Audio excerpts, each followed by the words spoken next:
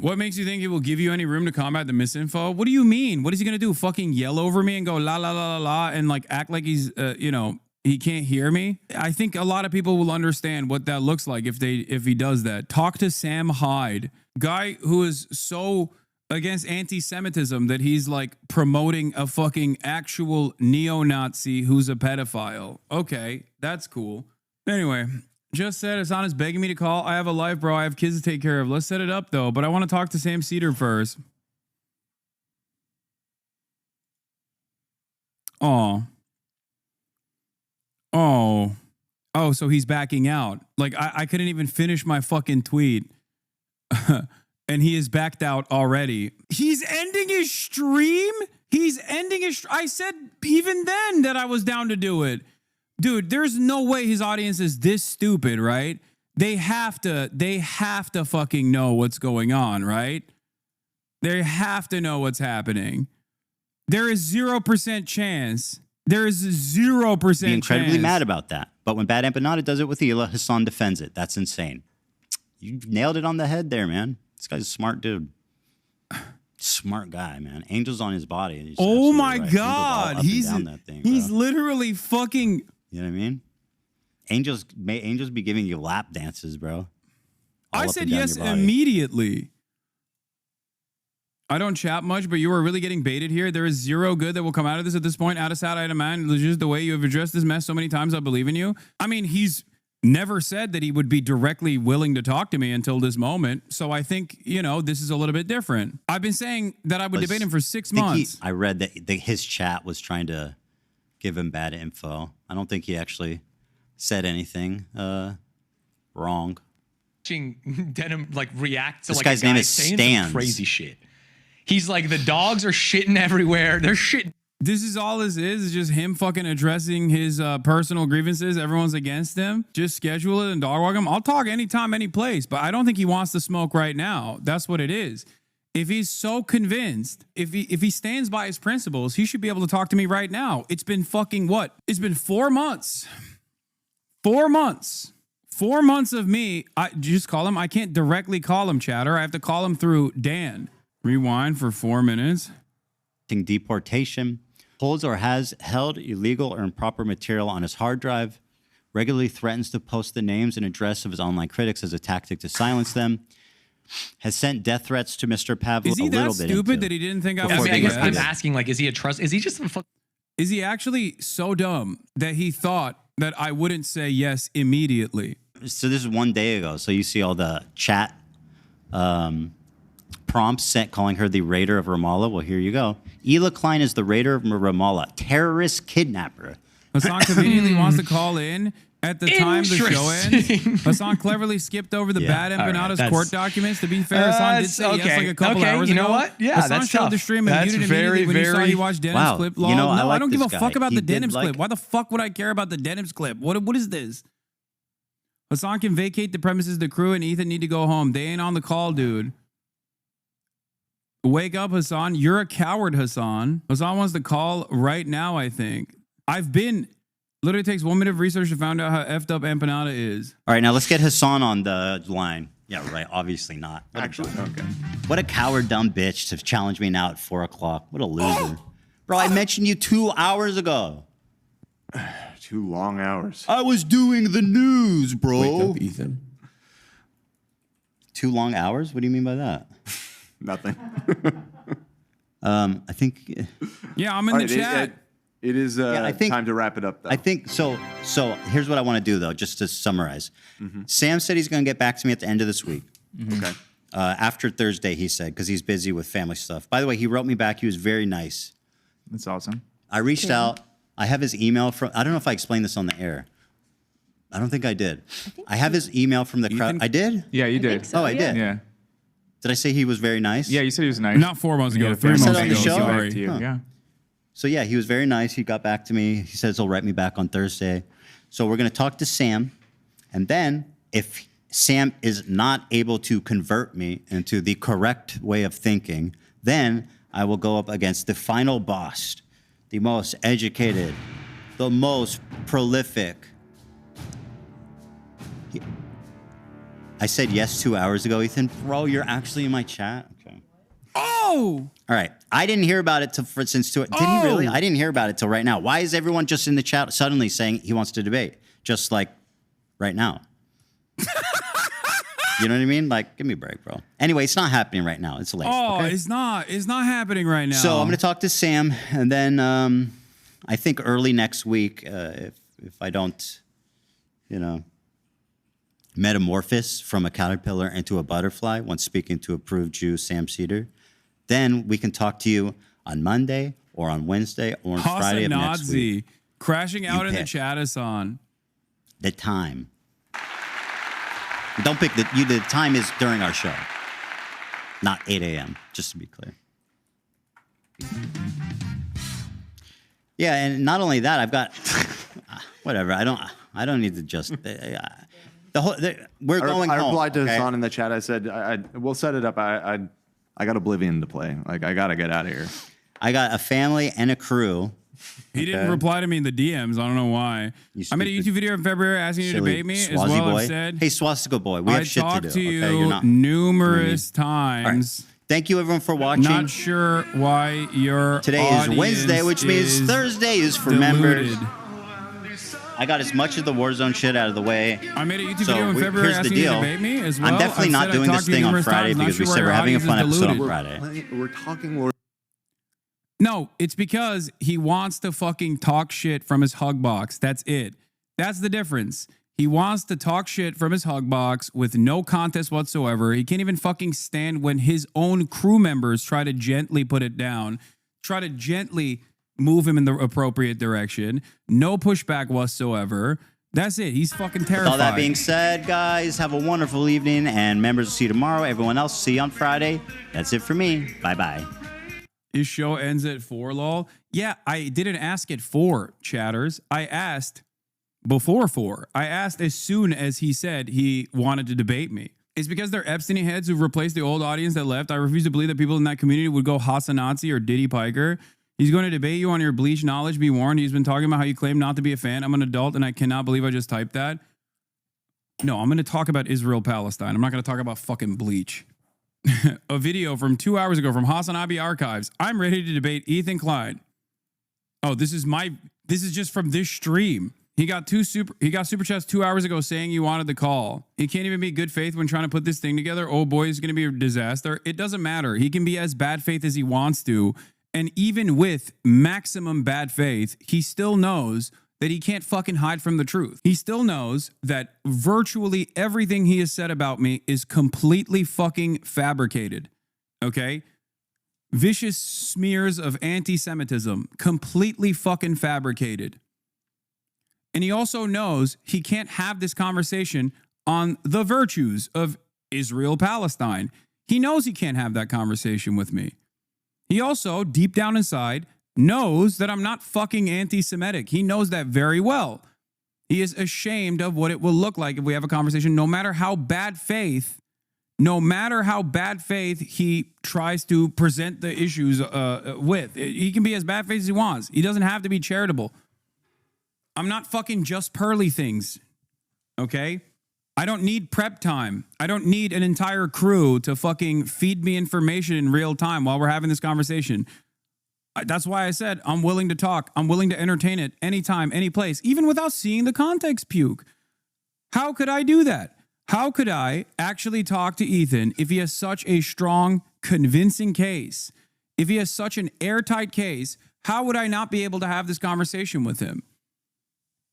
Why is he the one who's ducking me and not the other way around?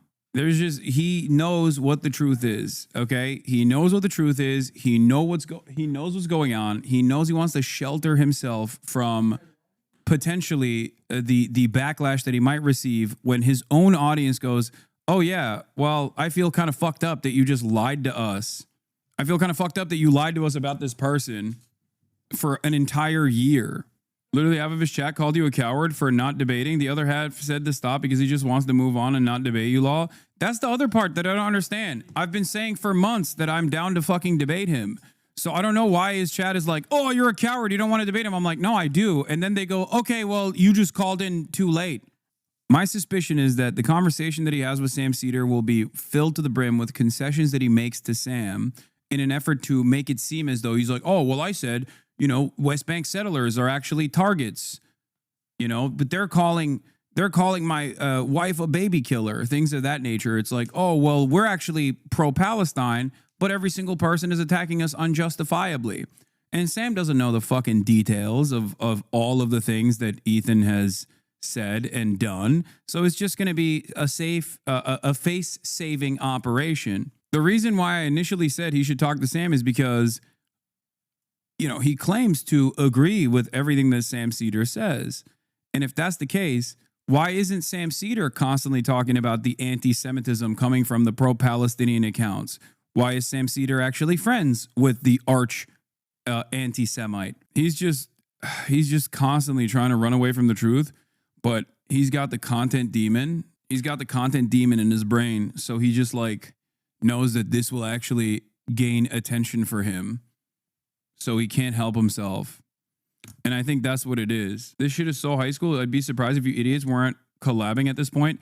Yes, dude, the dumbest guy on the fucking planet looks at the situation of, the Anti-Defamation League actively trying to take down and deplatform a pro-Palestinian voice, including but not limited to getting a Democratic Party congressperson to demand my deplatforming using the fucking congressional letterhead 5 days before a general election, and says, this is just high school drama. At a certain point, you have to realize you're trying to minimize it because on Ethan's side, it does come across like fucking high school drama because he doesn't care about the politics of it all. It's just content and drama for him and his dumb fuck audience.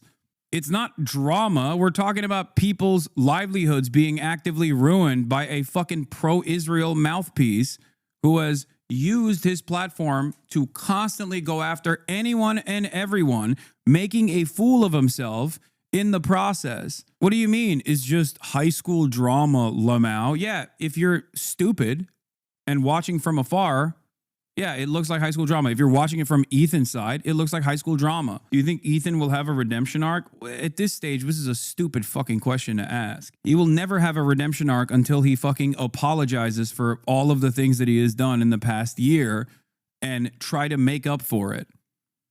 And even then, plenty of people are not going to be on his side. And he is not the bigger man in this process. He's not going to be humble enough and demonstrate the humility necessary to say, yeah, this past year of active deplatforming initiatives that I engaged in against all fucking pro-Palestinian content creators, demanding that they get fucking fired over and over again, all of that was wrong. And if he were to say all of that was wrong and turn around and try to offer restitution, even then there's going to be plenty of people who say, fuck you. There's plenty of people who are going to be vicious to him. Hasan, you're ignoring the insane Destiny fans that are fueling this loser, and Dan are fueling Ethan's mania, and Ethan's having a full mental break fueled by Destiny fans. It's sad, but it is what it is. I know, but it doesn't matter because to the outsiders that are just fucking signing in, they see their favorite content creator being victimized by vicious anti-Semites online, and that is completely untrue.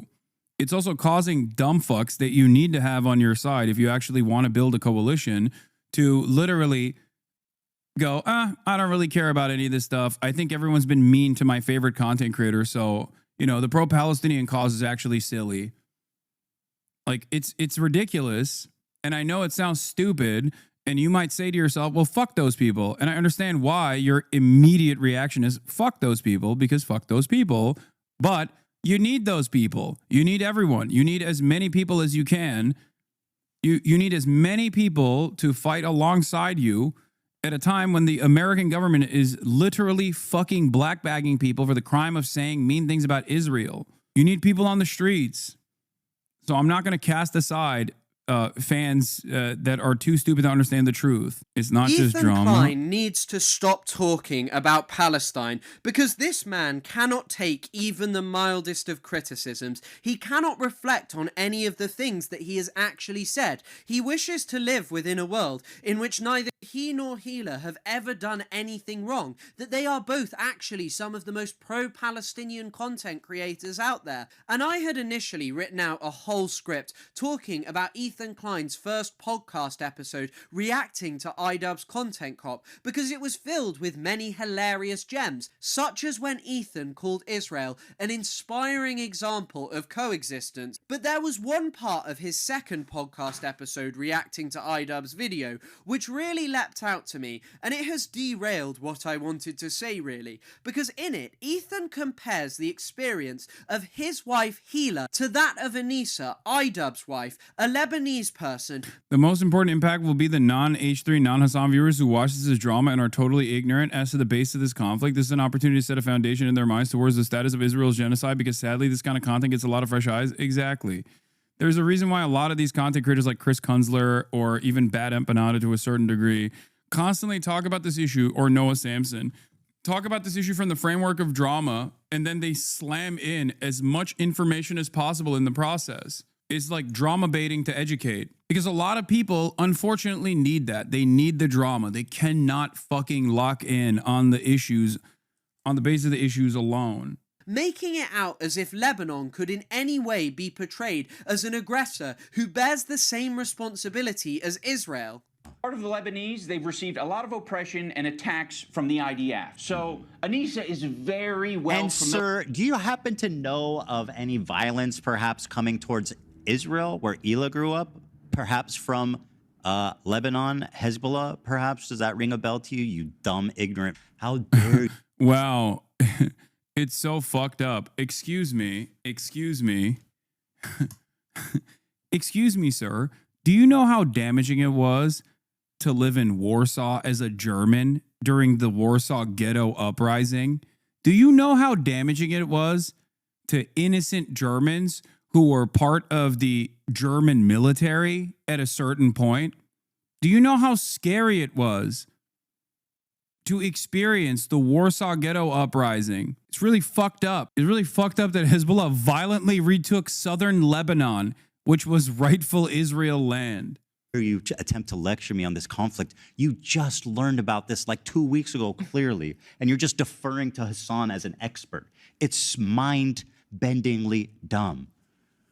Bro, please call in and debate me on Israel-Palestine. Let's see who knows more about the conflict. Now, I really hate how smarmy Ethan is in this clip. He makes out that he's some kind of expert on Israel and Palestine, when I, along with many other content creators, have exposed his totally lacking knowledge in this. And this is really a constant theme throughout both his podcast episodes, because he goes on and on about how proud he is of the content nuke on Hasan, how well sourced it is.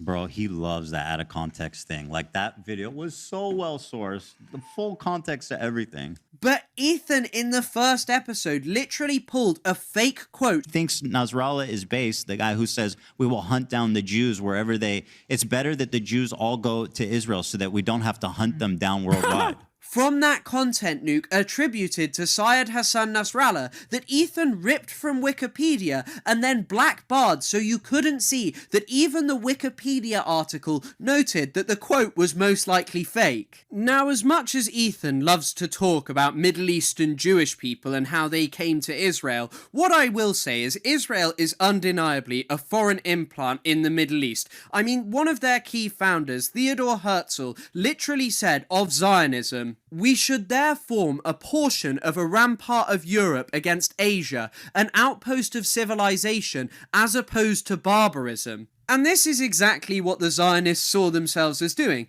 They practiced colonization in another people's land, and they saw themselves as redeeming it, doing away with the years that it had been in the hands of the useless and evil Palestinians. But ever since its inception, Israel has spent its time trying to alter the politics of the Middle East. And here, Ethan, I will note a difference between you and I. Do you guys understand why? Chris does a really good job with this as well, but do you understand why I end up covering some of the statements that Ethan has made?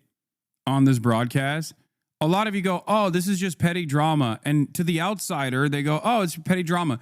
In between the actual petty drama, he slams in shit about Israel that is completely ahistorical. Sometimes it is literally revisionist, it's genocide revisionist nonsense. He's doing propaganda. He might be too stupid to realize he's doing propaganda. He might think this is the truth. When Ethan is talking about shit out of his ass that he does not know, that he is just like oblivious to, that he's just repeating because he heard it from someone else, he actually is lying to his fucking audience about the truth. He is slowly but surely, in the most nefarious way, getting outside apolitical people to assume a very different worldview than the one that exists.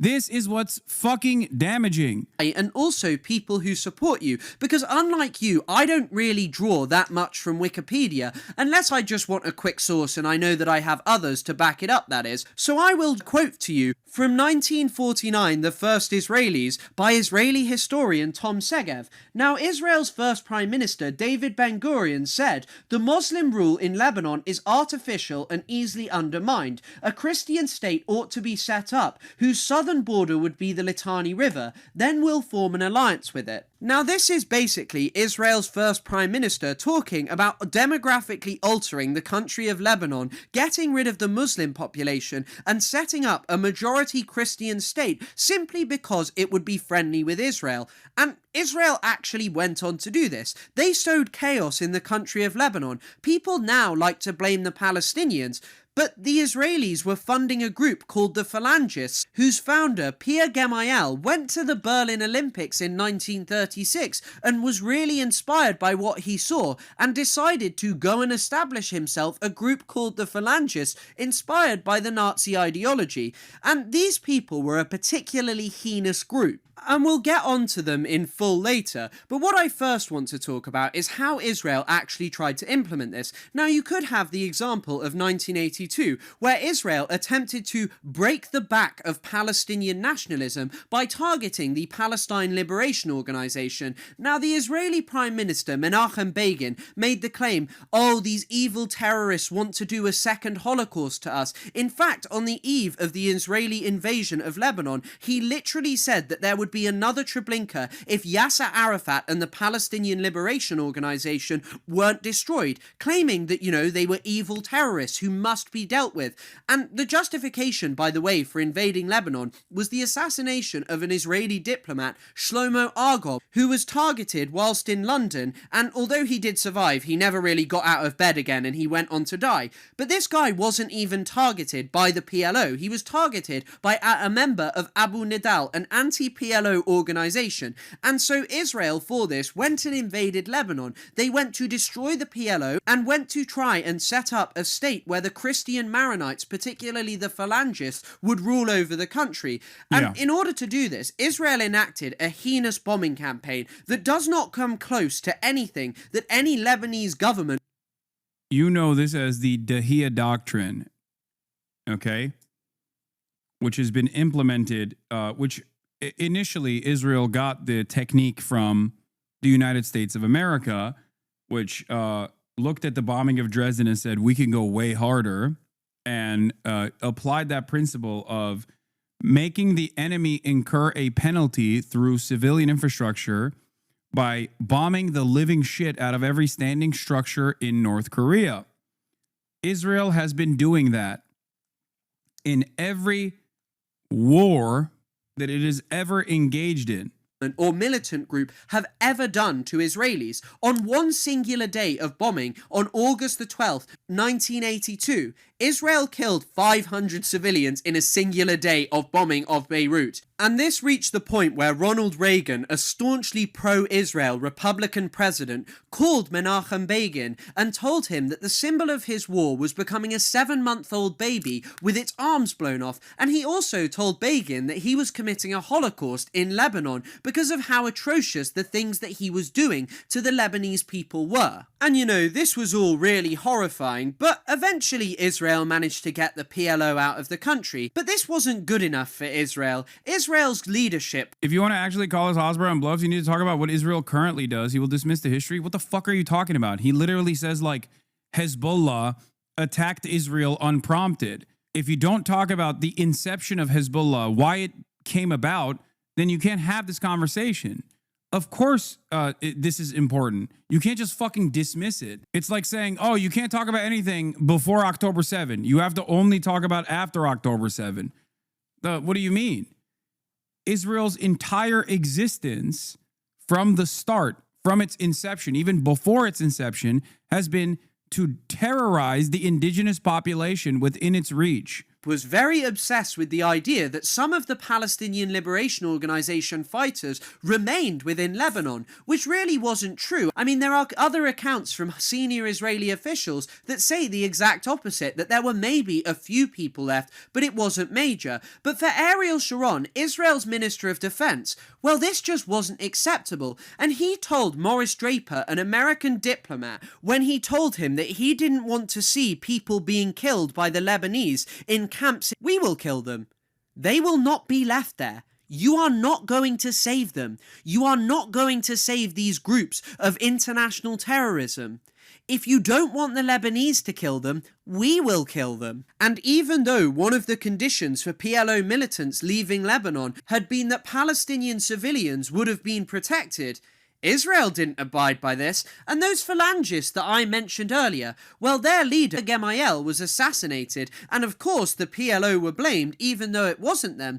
And so Israel and Ariel Sharon let the phalangists go into the Sabra and Shatila refugee camps and perpetrate mass rape, mass torture, summary executions, mutilation of bodies, alleged stories where the fetus was cut out of a pregnant woman's belly and left on the floor, people stabbed, babies stabbed. I mean, the scale of it was far bigger than October the 7th. Perhaps up to 3,000 or 3,500 people were. Yeah, and the way that Israel designed this to create plausible deniability over their involvement wasn't to directly go in and participate in the slaughter, but instead shut off with the IDF every entry point into the camp.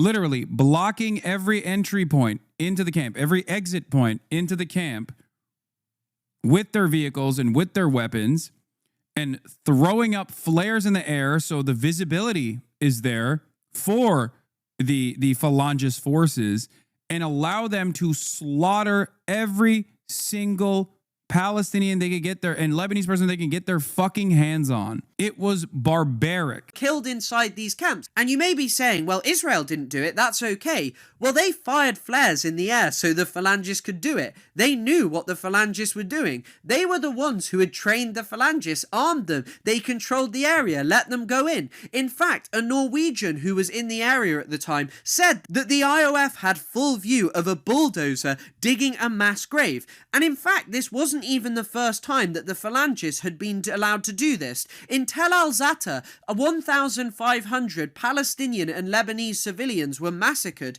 And often people like to claim that, you know, Israel's gone down this dark path. Maybe they highlight how the Likud...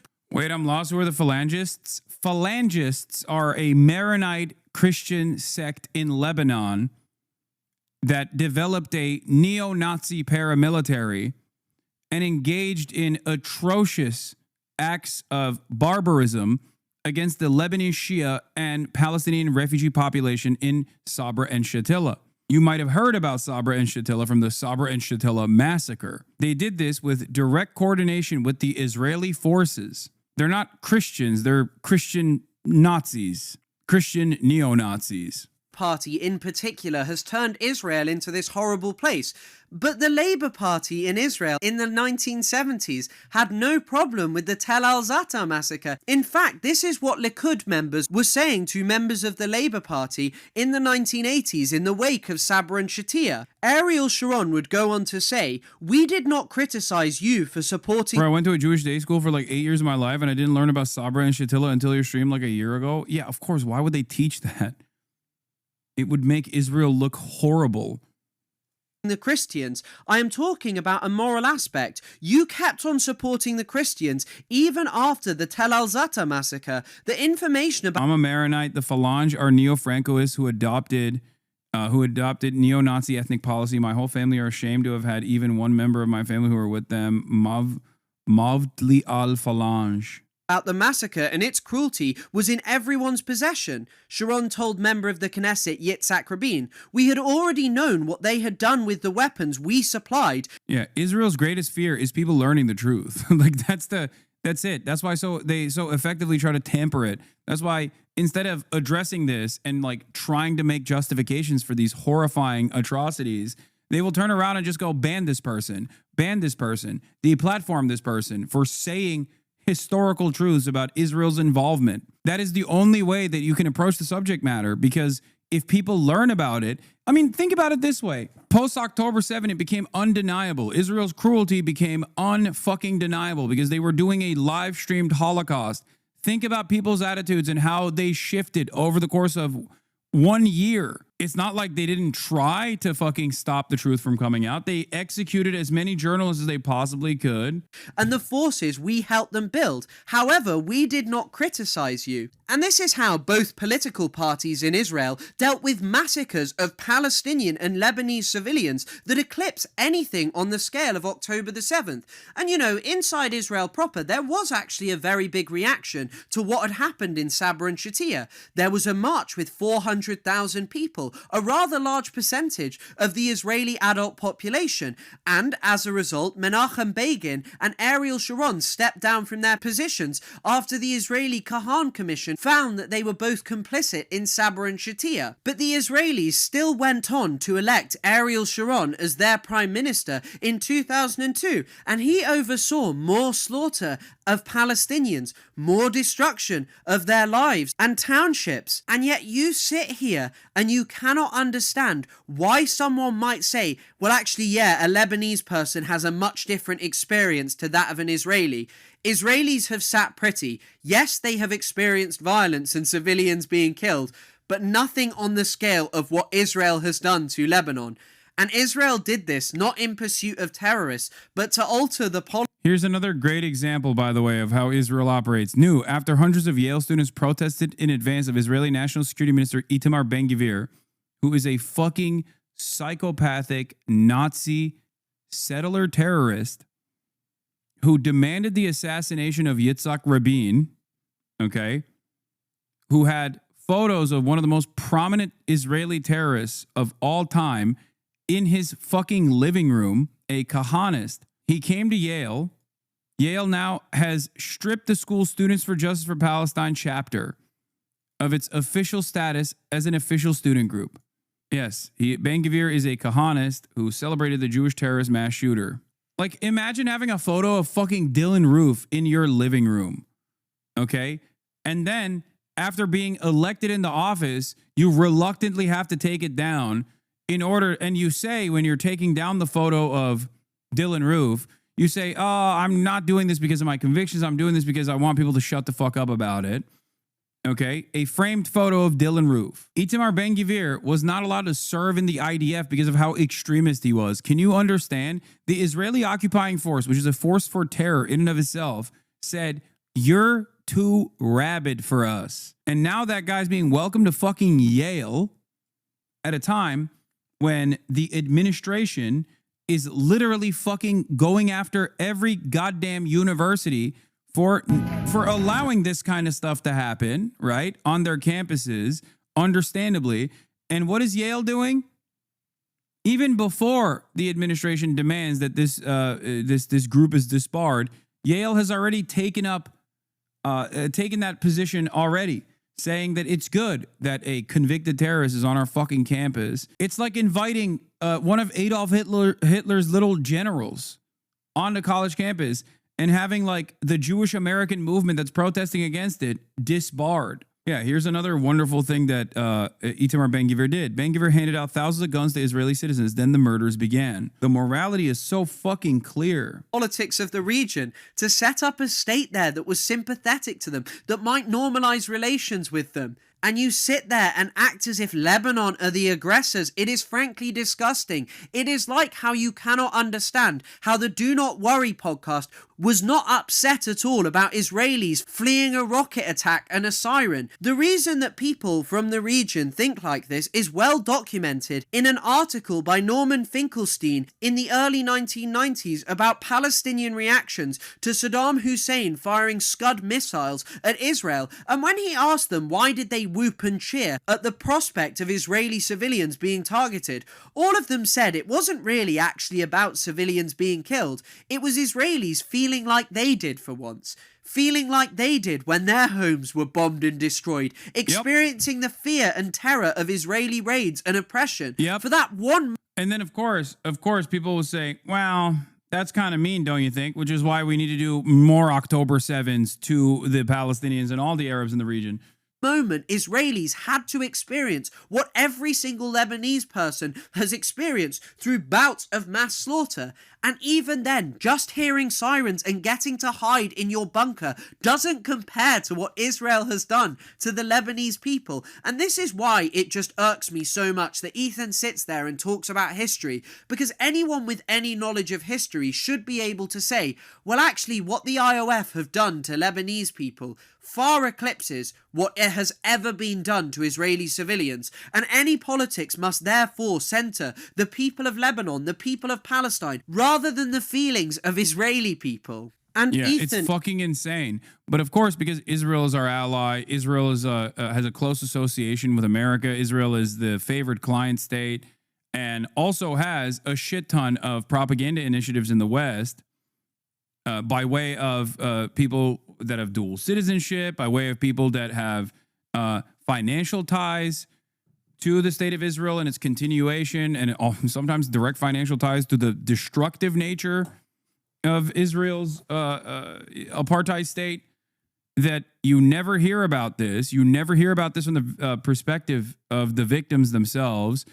And the people that do actually desperately try to use their privilege, like Chris here being a fucking white British guy with a Middle Eastern Studies master's and continuing on to get a fucking PhD, or someone like myself who has a platform of prominence, like when we use our platform and our privilege, people desperately try to undermine that by either making fucking shit up to be like, don't listen to this guy. He doesn't know what he's talking about. Please don't listen to this guy. Or by directly demanding the deplatforming of people like myself. And if you want to see the distinction that you make between us and them, which was the center of my previous video, you are so quick to explain, well, Israelis have difficult choices to make. All these crazy things happen there. People want to defend their homeland. And, oh, what was Israel supposed to do after October the 7th? But what were Lebanese people and Palestinians supposed to do after Sabra and Shatila? Or all those other... Yeah, in case you were wondering, as I was, who invited Ben-Gvir to Yale? A Jewish society run by a real estate magnate, co-founded by Cory Booker and Rabbi Shmuley. Shocking. The mass bouts of slaughter. They never got... Is it different Rabbi Shmuley? Wait, really? It's not Boteach? Shabtai, the group hosting Ben-Gvir, is run by real estate magnate Shmuley Hecht and is not officially affiliated with Yale. Ben-Gvir, one of the most far-right, and Rabbi Shmuley Hecht. Oh yeah, this is not the Rabbi Shmuley. Rabbi Shmuley this is a different Rabbi Shmuley. There's a TrueAnon episode about the three Shmuleys. Revenge. They never got anything in return. They set up armed groups. Cory Booker is also homies with the Rabbi Shmuley, though. That's probably why he as made that violent mistake. and irrational monsters. But Israelis, well, you know, it's understandable, and it's a fantasy to think that Israel may have to behave differently, even though they are the ones who have undeniably perpetrated the worst crimes against innocent civilians.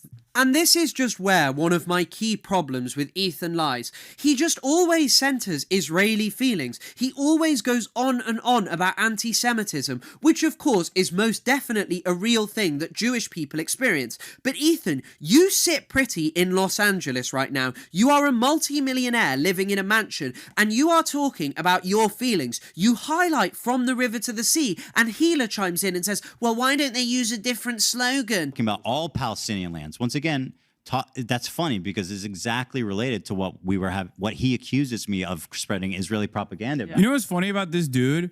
This dude from Lebanon who was like, this dude from Lebanon said, given what Israel has done to us, it would be justifiable to do 1 million October 7th to Israel.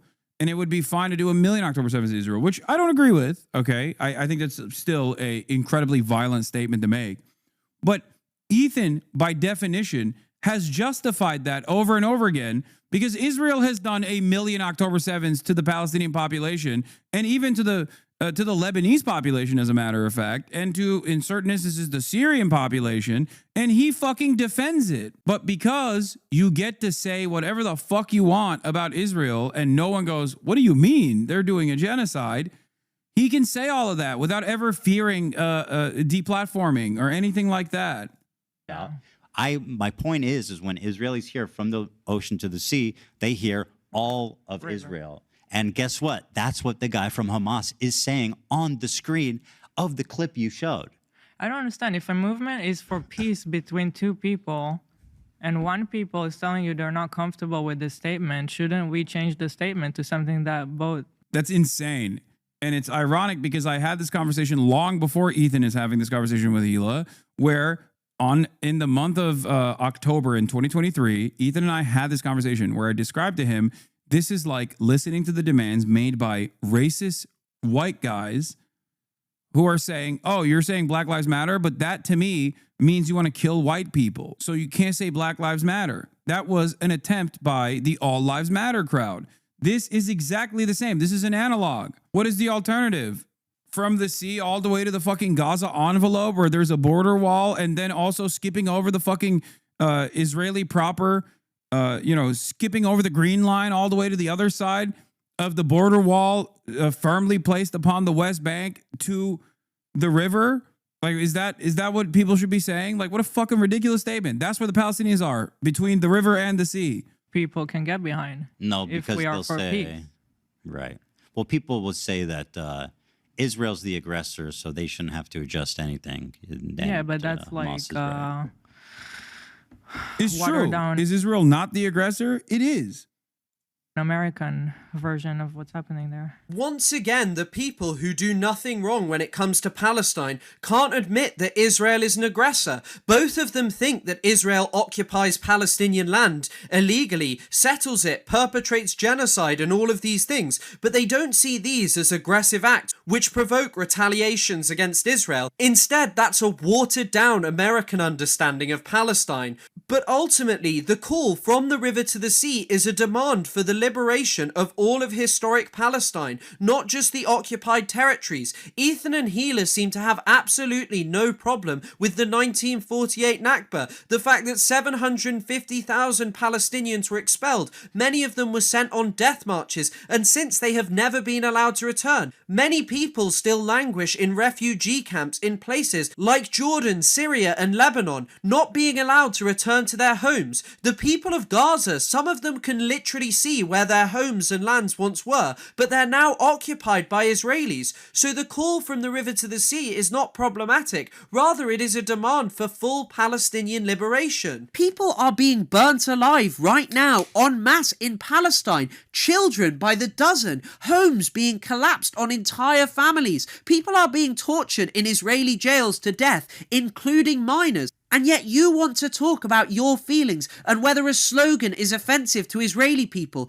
I am sorry, but Israelis en masse are not opposing what is happening in the Gaza Strip. There's been no mass dissent. It's only really come recently when they're worried about the fate of Israeli hostages. There has been no mass disobedience over the last 18 months in Israel. There has been no major reaction against what Israel is doing. It's only really centered on their complaints around Netanyahu and the threats threats to Israel's faux democracy, and Netanyahu going full genocidal and making it obvious to the rest of the world what Israel always was. In fact, in that article by Norman Finkelstein, which I mentioned earlier, there is a fantastic quote from Mattiyahu Peled, who was a founding member of the Progressive List for Peace, talking about the Israeli peace movement, Peace Now, and what he said was that it's one of the worst things that ever happened to us. Nice people in Israel who feel unhappy with the situation but are not prepared to do anything about it. They get together twice or 3 times a year, and as the saying goes here, they give their conscience to the laundry. They get it back cleaned up, and they go back home happy and satisfied. There is nothing more to it than that. They stand at a demonstration, they shout a few slogans, they go home satisfied that they have done the job, but they are not prepared to shake the system. So this is a substitute for real action. And I must remind you that Ethan and Hila have openly stated their opposition to people in Israel actually taking direct action against the Israeli occupation and the genocide in Gaza. Ethan said that it was a necessity to serve in the IOF. Important to serve like everybody else in the country. I mean, it's a very selfish move to decide, okay, I'm not going to do it, but everybody else will. Like Israel as a place, the mentality of growing up there, like everybody feels an obligation to protect, to serve, to nurture this place that feels like the only place in the world where they can live and be Jewish and not be like discriminated against. I mean, when you're growing up with constant terror attacks, the army is a necessity. Yeah. And I'm sorry if people think that's a controversial statement. That is the reality of Israel. It's and not so controversial. It's just for a one statement of person fact. to decide, I'm not going to do it, is a very selfish decision. And it helps nothing with your career afterwards. You finish it, then you start You don't even your need to actual defend life. yourself. It's just normal. They both said that it was a By the way, remember when I told you that they would inevitably move on to American citizens? They have. Breaking. Officials confirm raids in multiple cities. Tahrir Coalition says FBI agents, Michigan State Police, and local officers targeted pro-Palestine organizers. So, Ethan, your wishes are becoming a reality. Maybe they'll fucking invade my house too one day, you know? It's happening already. Your every wish that you had will be fulfilled by this administration. Don't worry.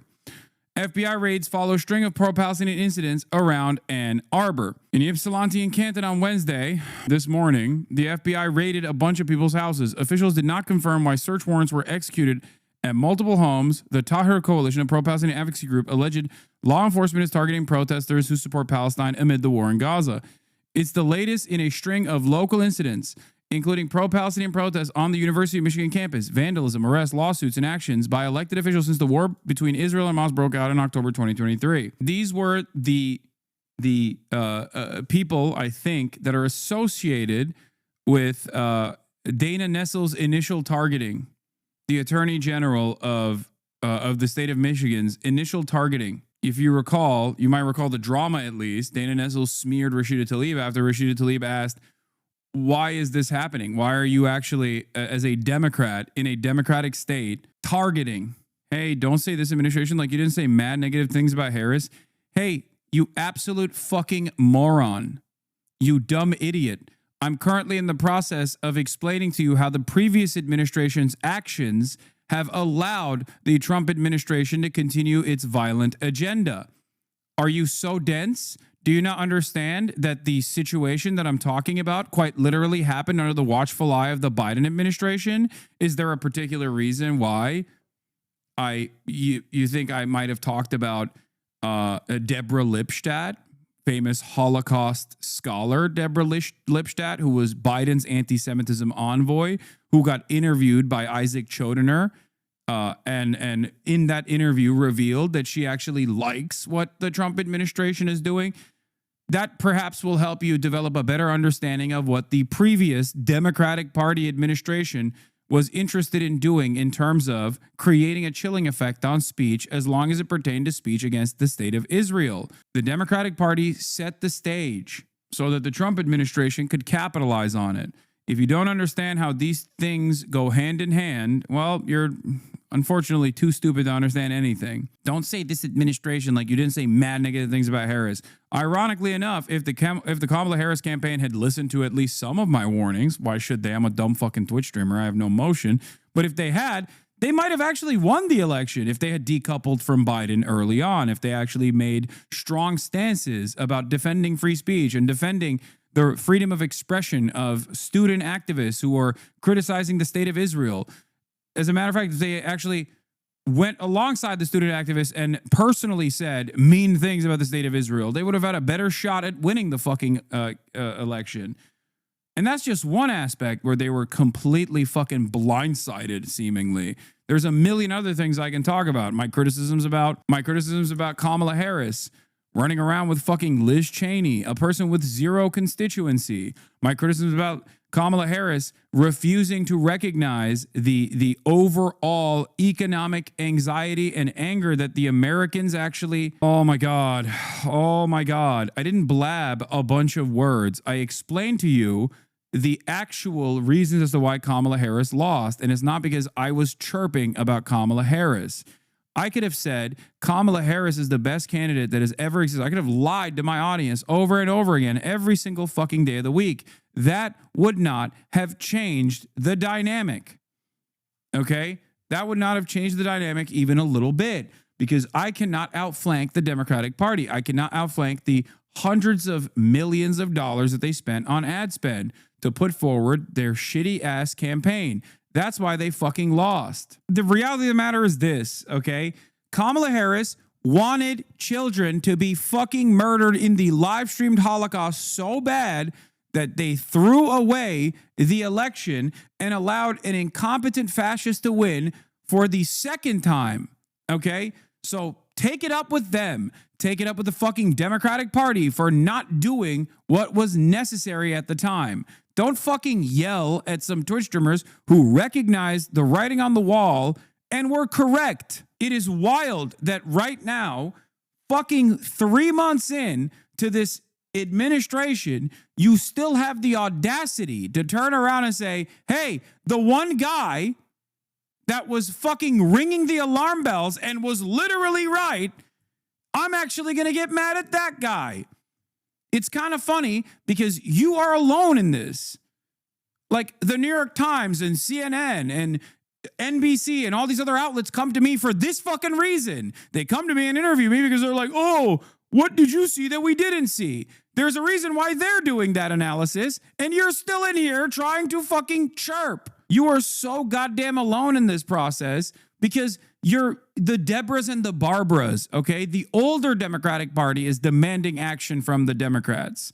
The older base of the Democratic Party is demanding action from their elected representatives. They're not the ones who are still fucking chirping. There's nothing funnier to me than coming into the Twitch stream of a guy and being like, you're the reason why Kamala Harris fucking lost. Really? You think I have more prominence than Taylor Swift and Beyonce combined? Selfish thing to not do Israeli national service. And this is where the problem lies. Ethan loves to highlight, oh, there's loads of peaceful Israelis, but when they actually take an action, he's openly disagreed with the small handful of young people like Tal Mitnick who take action, a minimal action, I must remind you, something which Tal even said to me himself. The organization Mesavrot is small, but it is growing inside Israel. There are more and more people who don't want to be complicit in Israel's occupation, their genocidal crimes in the Gaza Strip. And yet, as I say, Ethan said that this was a selfish thing to do. It is utterly ridiculous. And their argument, by the way, for it being selfish was that, oh, it's not actually good for your career to be in the IOF. This is categorically untrue. It is a good thing. Many people who have served in parts of the IOF, such as Unit 8200, have gone on to get illustrious jobs working for companies like Google. And if you ever wanted to see how awful Ethan really is at confronting even mild criticism of him, one part of iDubbbz's video was dedicated to talking about Ethan's button, the kill switch. And what iDubbbz had to say was that Ethan should have corrected his behaviour, and Ethan did talk about this in the second podcast episode, and what he said was, oh, it saved us loads of money, and oh, you shouldn't show things to the world, we all wish we could have one.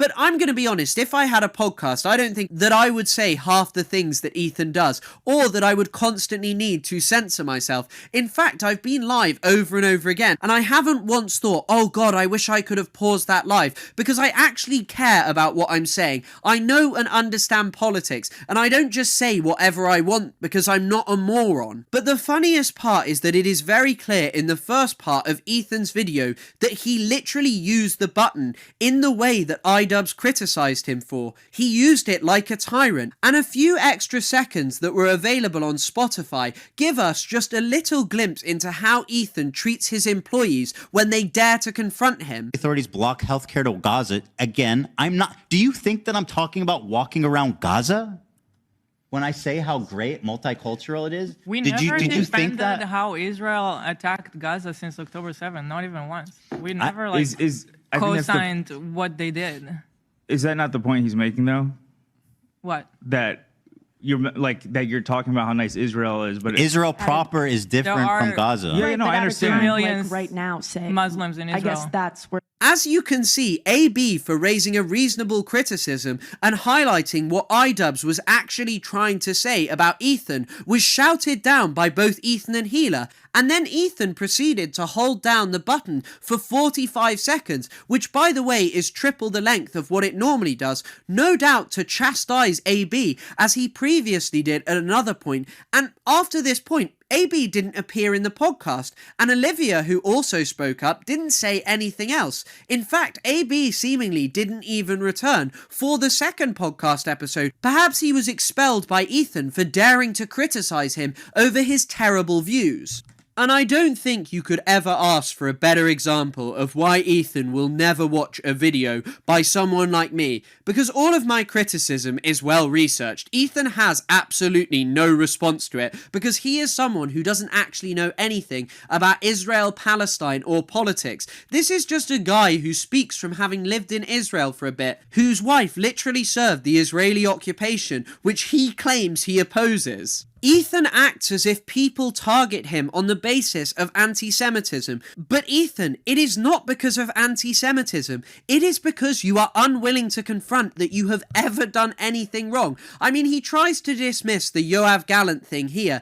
Gallant wanted to end the war. In the headlines at the time, he was in the headlines for opposing Netanyahu and wanting to end the war. That's what he was in the headlines for, and that's what we're referring to.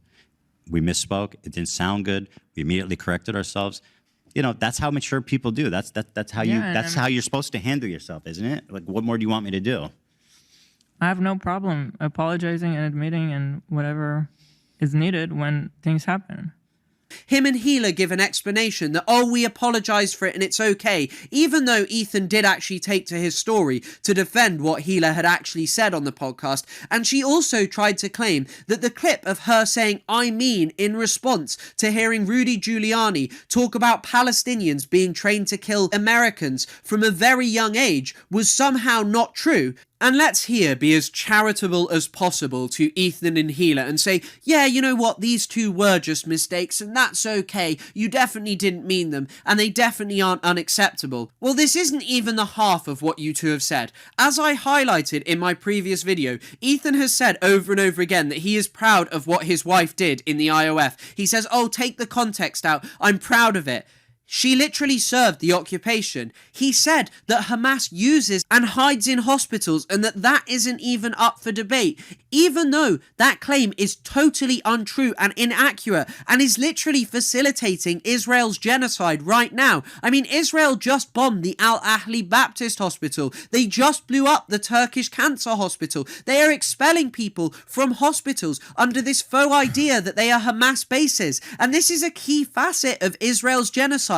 The destruction of healthcare infrastructure within Gaza so people cannot live there. And you, Ethan Klein, defended it. And rather than avow that, you claim that people just go after you because of anti-Semitism, that all you do is show sympathy for Israelis.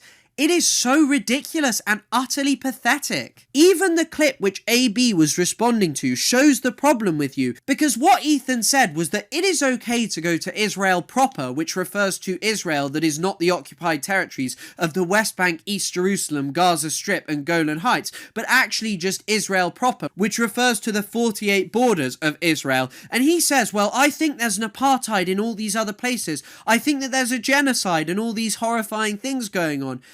But I think that Israel proper is an inspiring example of coexistence. It's not weird. They live together, you know. In the West Bank and in Gaza, it's a completely different story, which I say. But I think it's inspiring that you see that it's possible.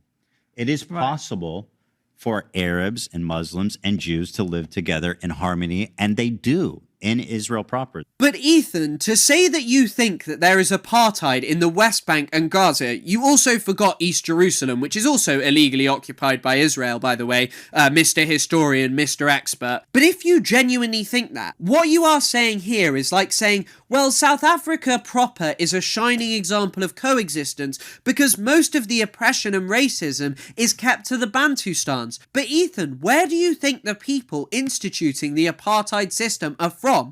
They live in Israel proper. Where do you... I mean, his wife literally raided the West Bank. Like, that is just the truth. And normally I wouldn't hold that against someone if that person's current opinion on the Israeli apartheid was that was similar to mine, where they consider it to be unconscionable and a fucking war crime. But if you're in the process of still continuing to defend Israel like this, then what are we talking about?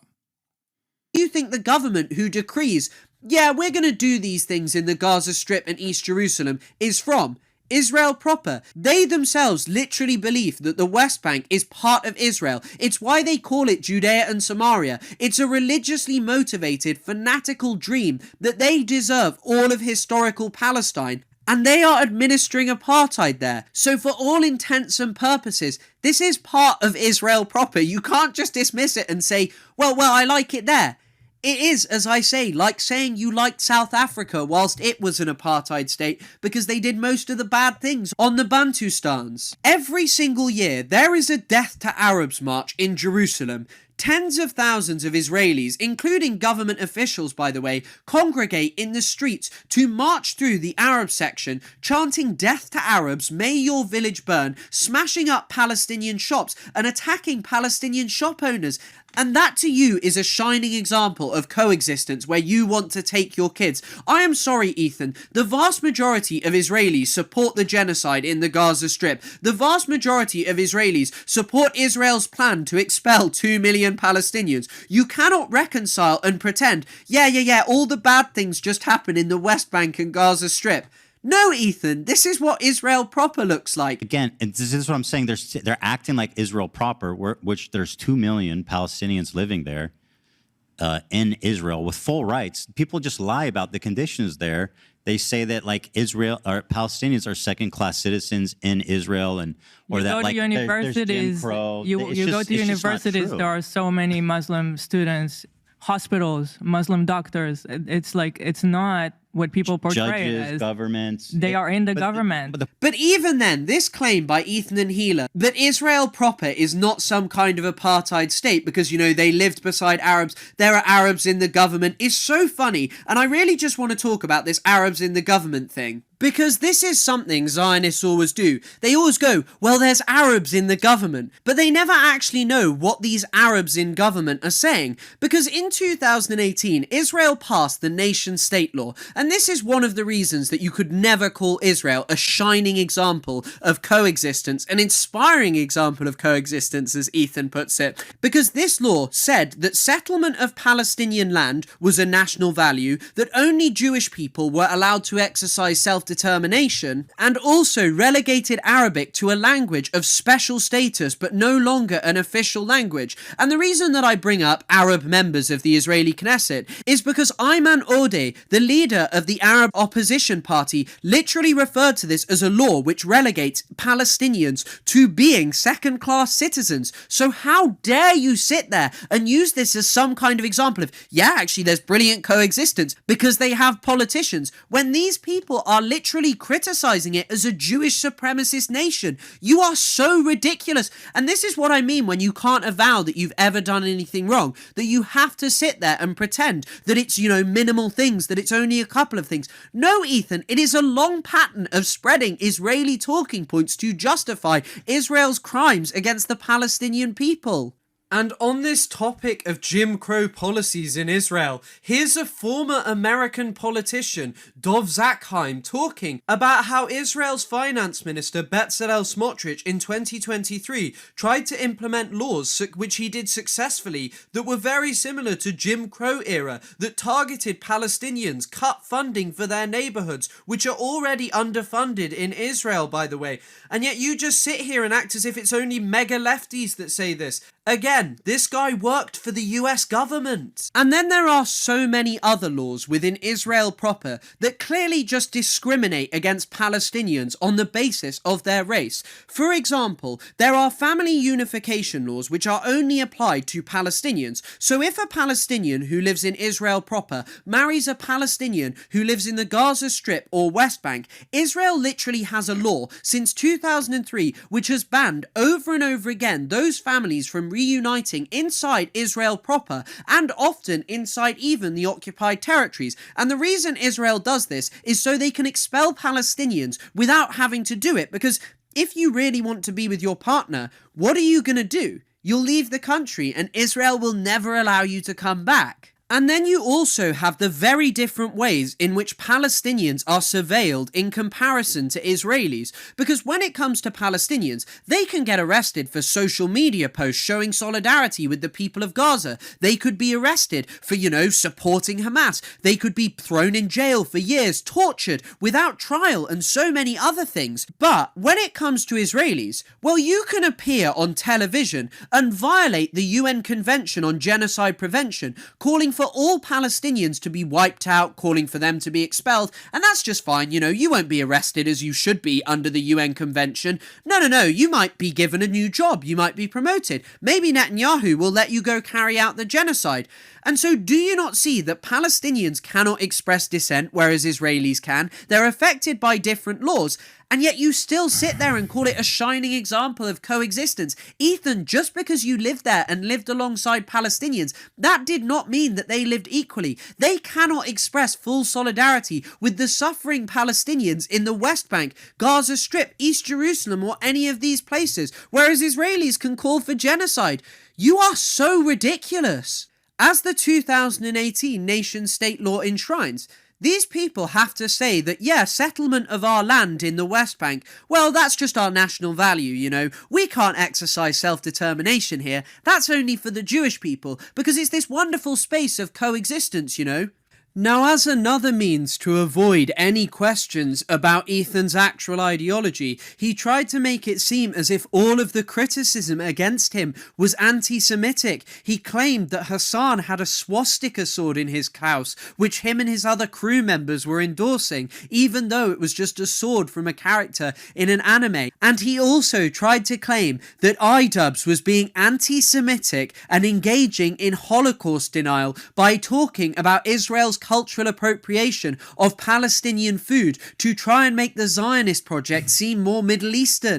Dude, it's so stupid. And the very fact that there are people who don't see this as an act of desperation, the very fact that there is not more than 10 people max that look at this and go, dude, what are you talking about? It blows my fucking mind, dude. When Ethan Klein was cozying up to the likes of Jordan B. Peterson, who has done a shit ton of very weird and somewhat subtle neo-Nazi propaganda, talking about the fears of cultural Marxism, Judeo-Bolshevism, which is the new version of Judeo-Bolshevism. I was in the fucking trenches getting doxxed and swatted by Nazis, and this motherfucker has the audacity to say I'm a Nazi while he is literally defending the live-streamed Holocaust, dude. That's crazy. He's also doing like once again like almost a form of Holocaust denialism, which is basically like diaspora apologia, basically saying that hummus is not Jewish food. Even Dan doesn't understand what he's saying. He says there's no Arab distributors. Of I don't course think it's that's bad. Holocaust denial. No, but no, I'm correcting myself because I Corrected. think it's close. When you deny like the Jewish like the way that all 900,000 Jews were displaced. Yeah, after from the other war countries in started. the Middle East. I So get that. denying That is not.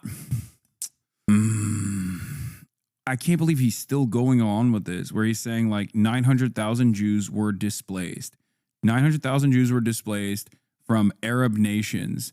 This wasn't like separate countries, okay, going through the motions of pan-Arabic nationalism across the board in their own unique ways, especially purposely egged on by the Israeli state to fulfill the Zionist project, the ultimate desire of populating Israel with as many Jews from all around the world as fast as possible. People volunteering to go to Israel is not the same as people being forced out of their ancestral homes with no way of return. People volunteering to go to Israel and then not wanting to go back to Iraq or not wanting to go back to any of these other countries is very different. Palestinians still cannot go to Israel. Palestinians cannot go and visit their grandparents' homes. But you can be a Jewish person anywhere around the planet right now and get a fucking house in the West Bank. Get a Palestinian's house in the West Bank, as a matter of fact. How is that appropriate? How is that normal? It's not. It's not normal at all. It's fascism. that is, in my opinion, a form of like Holocaust. But the Holocaust is a specific thing that happened in Europe. Like you can just. It's a way. I think you need to it's frame it historic. differently. It's anti-Semitic historical revisionism. How about that? Okay. Yes. Yeah.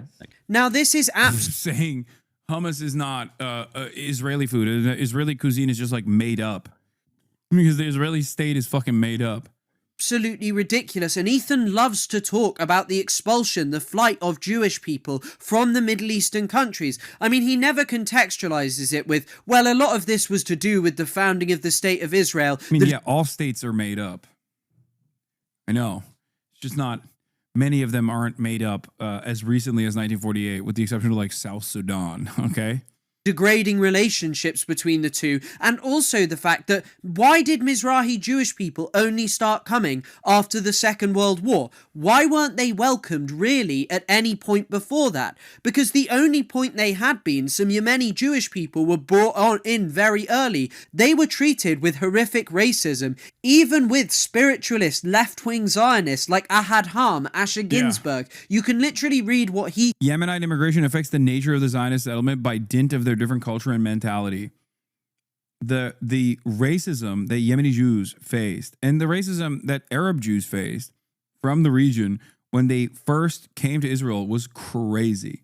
This is part of the reason why many Arab Jews then became some of the most rabid ultra-Zionists out there through that process.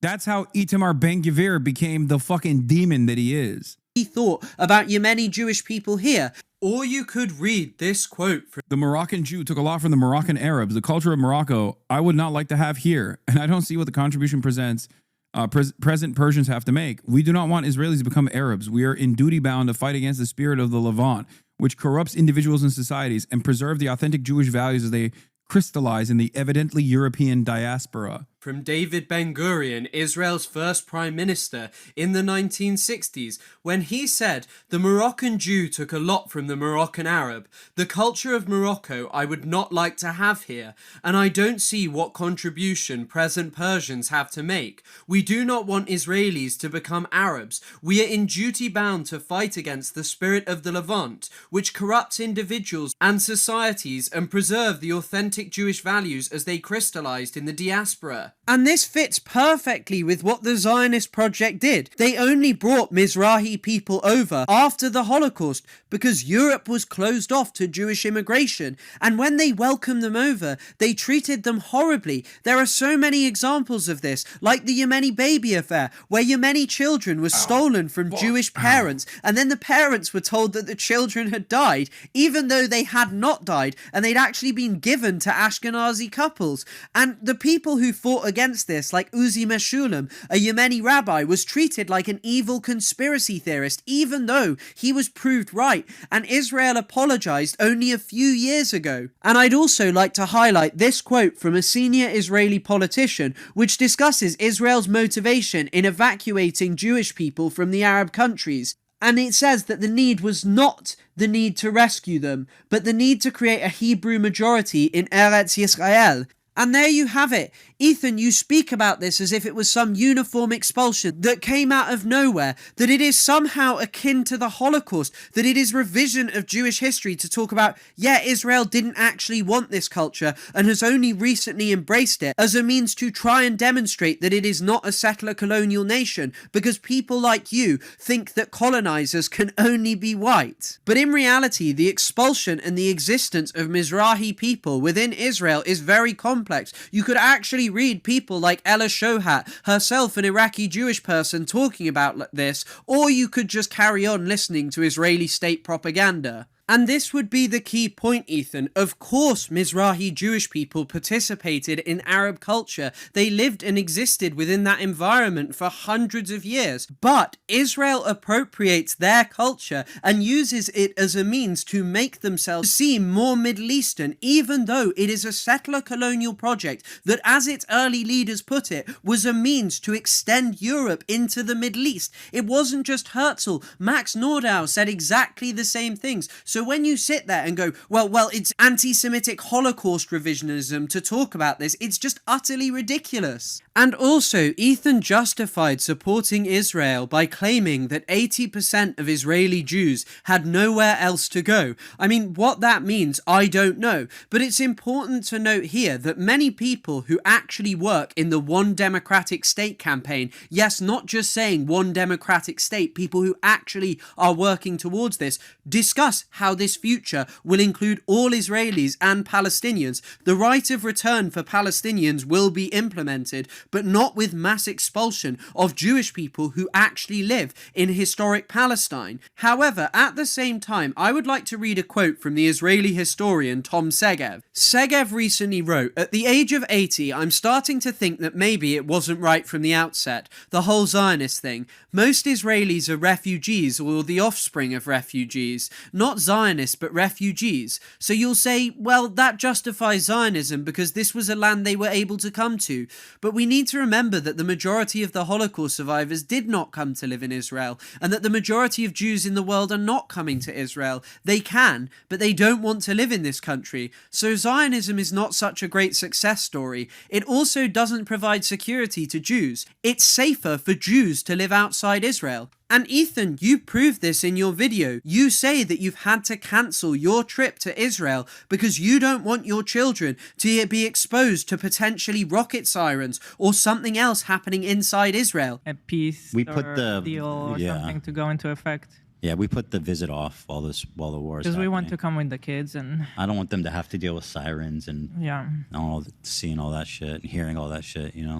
But that's just not going to happen to them inside America. You and your children are incredibly safe. You are not going to be subjected to violence because although America is a settler colony, it doesn't have an open frontier of settlement right now. And as many of the most All of the Arab nations that expelled Jews have offered them the right to return since the 90s, something Israel refused to do with the Palestinians. Yeah, of course they will never do that.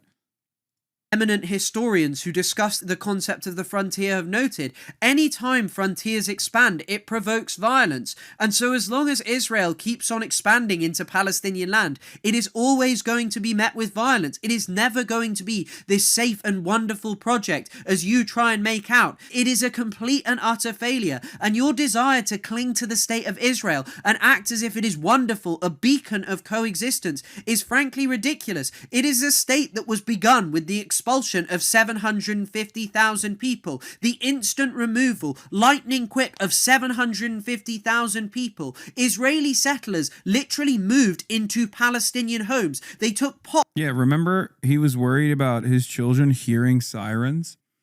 Despite, Israel has to exist, otherwise no Jew is safe, which is inherently stupid.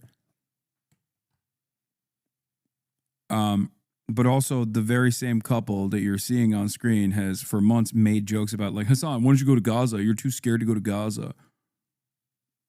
Over and over again. Pots, pans, photo albums, everything that you could possibly imagine from people's homes. So Ethan, anyone who is genuinely committed to Palestinian liberation is of course against anti-Semitism. None of us support the extermination of Jewish people on the basis of their race. This is the whole basis of the rejection of Zionism. We reject the Zionist project because it is an ethno-supremacist project which has justified the extermination of hundreds of thousands of Palestinians and the expulsion and destruction of the lives of millions more. Israel now heads towards expelling 2 million Palestinians from the Gaza Strip. It is increasingly looking like it will probably end up doing something similar in the West Bank and East Jerusalem in the near future, and perhaps one day it will try and do it inside Israel proper as well. So why you cling to this state is beyond me. You cannot sit there and say, well, most Jews are Zionists and that makes it okay. The statistic that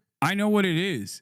It's, some will say, oh, it's propaganda. Some will say it's his wife. Some will say this and that. But I think the truth is way more childish. The truth is even sillier. It's because he feels wronged. It's because of his fucking ego. That's it. It's a sunk cost at this point. He has dumped way too much into one direction in this conversation. And maybe the starting point was a little bit of propaganda, but I'm telling you, there is just no fucking way that he can self-reflect and change trajectory. That is the major reason. It's narcissism and selfishness. I could not comprehend how for months, when I wasn't even talking about Ethan, when he would just like chirp on and on and on about all of these pro-Palestinian content creators, myself included, I could not understand how someone could be so fucking openly selfish. He could say the same about you. Dog, I didn't know who the fuck Ethan Klein was, and I was talking about the Palestinian Emancipatory Movement. What the fuck are you talking about? He could say the same thing about you. What do you mean he can say the same thing about you? No, he can't. The amount of times I've covered Ethan Klein on this fucking broadcast is marginal in comparison to the hours and hours and hours of time and effort that he has poured into not just me, but every fucking pro-Palestinian content creator. I ironically only talk about Ethan. I only talk about Ethan from the framework of him doing Hasbara. As in, he could say you're projecting. Yeah, he'd be wrong, though, in that instance, don't you think? Do you not have the capacity to understand how different these two circumstances are? I tweeted about this last night as well. Ethan has the audacity to fucking claim that I've been attacking him from the jump when I was so goddamn charitable for fucking an entire year, not knowing that he was like making fun of Aaron Bushnell, making ridiculous statements in defense of Israel, while simultaneously still trying to hold on to the aesthetics of being pro-Palestine, using that as a shield to brainwash an audience of parasocial fans into assuming this like totally contradictory position where they're pro-Palestine, but only within the neat little confines that Ethan Klein has created, where everyone who's outspoken about Palestinian emancipation, every group that is resisting against Israel is in the wrong. Only Ethan is the one true pro-Palestinian voice. And he happens to think that the only Palestinians that you can hear from, that he calls Gazans, by the way, are the group of people that were like, we're done, enough with this war, we don't like Hamas. That was the only time he's ever fucking spoken about the Palestinians since we had a podcast. Brother, you are still giving the benefit of the doubt now? Wait, what? I'm not. I'm telling you. It doesn't matter what his intentions are. What matters is his output. Okay? And his output is being pro-Israel in a very nefarious way. But I think the reason why he will never self-reflect on this is because he's dug in his heels. He is dug in far too deep. Yesterday, he posted an Instagram story, once again, in the most cowardly way possible, because he doesn't want to fucking hear from anybody that can push back at all. And he added, or he demanded his audience reach out to Hen Mazig, okay? Hen Mazig is a Hasbarist, like self-declared. It's not like a secret, okay? His entire point, Hen Mazig's entire goal is to defend Israel in the Western world. He tweeted at him after he had tweeted about Ethan Klein. Ethan Klein is a creator who is deeply critical of Israel's actions, but because he thinks Israel should exist and points out anti-Semitism in the Free Palestine movement, people have wrongfully flooded CPS with calls that he's abusing his children and even sent human skulls to his home to make sure the CPS visit went poorly. If this is how you react, even the slightest criticism, you are not on the right side of history. This is precisely what's happening. And Hasan's propaganda has been so effective, he's managed to convince most of the left of him a radical Zionist with zero evidence. Hen Mazig, I can't tag. Someone sent him the new EK video about their blatant dog whistle with the swastika. Dog, you're tagging Hen Mazig. Okay? You fucking complain about me platforming Bad Empanada. You're tagging Zen Mazik. You're literally operating like fucking Canary Mission, and while simultaneously being like, I'm pro-Palestine. It's fucking insane, but his audience is too stupid to know that. I said I defended this dude for a year, not knowing he was making fun of Aaron Bushnell and doing Hasbara. Then he tried to deplatform me and other pro-Palestinian content creators. He worked with the ADL to make Zionists a protected class on Twitch, a narcissistic crybully making the genocide about himself. Which is the best thing you can explain. That 90% of Jewish people are Zionists isn't even correct. But if it were, it wouldn't change anything. I'm sure that many, many white people supported apartheid. I'm sure that many white people didn't see a problem with colonialism. But we do now. We have grown and we have changed. And I see Zionism for what it is. It was always a movement premised on the fact that the Palestinian people who made up the vast majority of... Yeah, this is the guy he added. When considering numbers related to Gaza, keep in mind, these figures come from the Gazan Health Ministry, which is controlled by Hamas. Hamas classifies every casualty on their side as civilian. Hamas has claimed they lost hostage and took months to identify them. Yet when Israel strikes Hamas officials, they somehow identify all the deceased and their ages within seconds. A journalist or doctor who assists Hamas in holding hostages is no longer a journalist or doctor, they're a terrorist. Hamas presents civilian casualties as mostly women and children to generate sensational headlines, just as outlets like BBC amplify. Hamas lies to make the world hate Israel. They don't care about the truth, only their goals. Hamas doesn't have to lie to make the world hate Israel. Israel does that all on its own because every single defender of Israel is the most insane fucking baby murder loving, bloodthirsty, arrogant, entitled freak of all time. And sometimes really fucking ugly too, like Rabbi Shmuley. Or directly linked to Jeffrey Epstein, like Alan Dershowitz. Not exactly the best guys out there defending Israel. Perhaps that's part of the reason. Or maybe it's because despite Israel's best attempts, people still are able to live stream their own fucking Holocaust, their own demise, and people that catch wind of that in spite of the mainstream outlets routinely fucking trying to contextualize these atrocities, people that see the live streamed child Holocaust go, oh my God, that is unconscionable. To think that there is, in the United States of America, to think that there is any kind of resentment towards Israel is crazy to me. I never would have thought that I would see the fucking day. This is the country that did the war on terror. This is the country that backed the war on terror by doing unlimited amounts of Islamophobic propaganda from every fucking orifice of media. This is a country where Israel is presented as the most moral ally, the most important democracy in the fucking region for years in perpetuity. This is the country where some of the most reputable media outlets have basically dropped any fucking pretense that they are unbiased in their journalism when it comes to Israel and Gaza. And yet, in spite of all of that, 53% of Americans have an unfavorable view of Israel. That is crazy. If the media actually covered what Israel does in the way that they would cover what Russia is doing to Ukraine, Americans would be joining Hamas. Okay? They would literally offer material support to Hamas in the way that they did to the fucking IRA. Okay? What actually happened? Israel eliminated Hamas terrorists in Gaza who were planning an attack. The BBC, 8 workers killed in Israeli airstrike. Are we even surprised? Here he is, defending the fucking aid workers that Israel killed in an airstrike. They claim Gaza is on the brink of famine, but also report booming desert shops and shawarma stands. They blame Israel for lack of aid, but also refuse to honestly report how Hamas steals the aid and resells the Gazans at exorbitant prices. Which one is it? New York Times? Like, this is the guy who, Ethan, who is pro-Palestine, this is the guy who he's calling on. A fellow at the Tel Aviv Institute. The future of combating hate. We uplift Jews and other marginalized groups off and online through innovative social media-driven strategies. Hashtag Jews Talk Justice. Literally an institution that is dedicated to doing Hasbara. This guy is such a fucking rabid ultra-Zionist. He thinks the New York Times is not sufficiently pro-Israel. The inhabitants of that land did not have a right because they were further from the proximity to Europeans. I mean, as I noted in a previous video, it's what Arthur Balfour said. He said that he didn't care what the 700,000 Palestinians wanted, even though they were the majority. What mattered to him was what Jewish people who did not live in that land wanted.